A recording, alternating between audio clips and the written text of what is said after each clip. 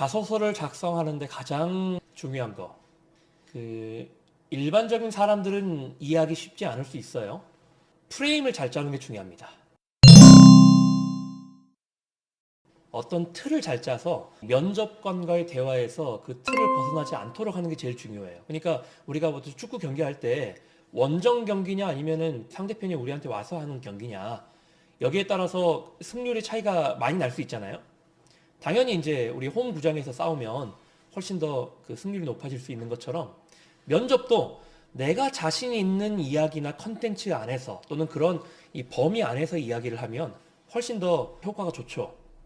자기 자신도 자신감이 생기고, 또 자신감이 생기면 여유도 생겨요. 여유 있게 대화하는 사람은 정말 매력적이죠. 그리고 면접관 입장에서도 호감이 가는 사람이 될 수 있고.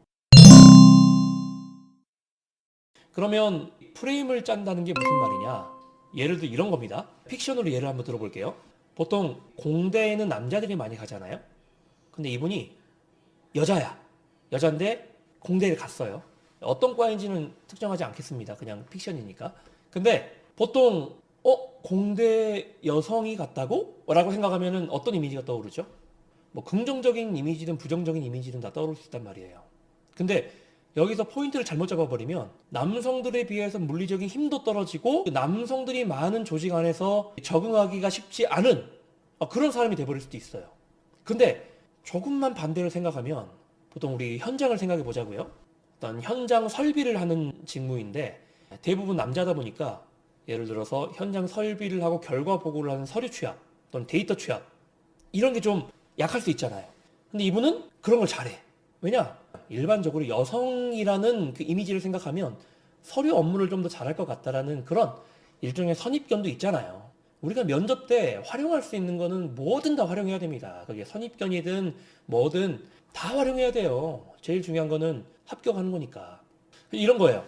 현장에 일하는 인력이 10명인데 서류가 약한 대신에 현장 설비 능력이 우수한 10명의 남자 직원만 있는 것과, 현장 설비 역량이 뛰어난 9명의 남자 직원과 설비 능력이 떨어지진 않지만 물리적인 어떤 힘이 약해서 약간의 부족함이 있는 여성 인력. 근데 이 여성 인력은 서류에 특화되어 있다.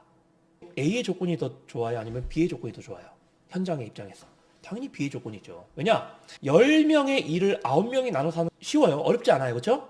근데 이 한 명이 나머지 9명이 못하는 일을 다 해줄 수 있잖아요. 그런 거예요. 근데 남자에 비해서 힘도 떨어지고 이 조직 적응력도 좀 떨어진다? 이렇게 틀이 잡혀버리면 이제는 이 사람은 면접 시간 내내 자신이 그러한 사람이 아니라는 것을 증명하는 데만 초점을 맞춰야 됩니다. 예를 들어 난 죄 짓지 않았어요. 예를 들어서 경찰한테서 난 죄 짓지 않았어요. 이런 것만 계속해서 이야기하다 보면은 오히려 죄가 없는데도 걸려들 수가 있어요. 프레임에 말려서. 약간 그런 거랑 비슷한 거예요.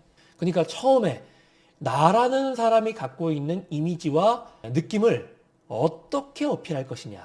프레임 짜는 게 중요합니다.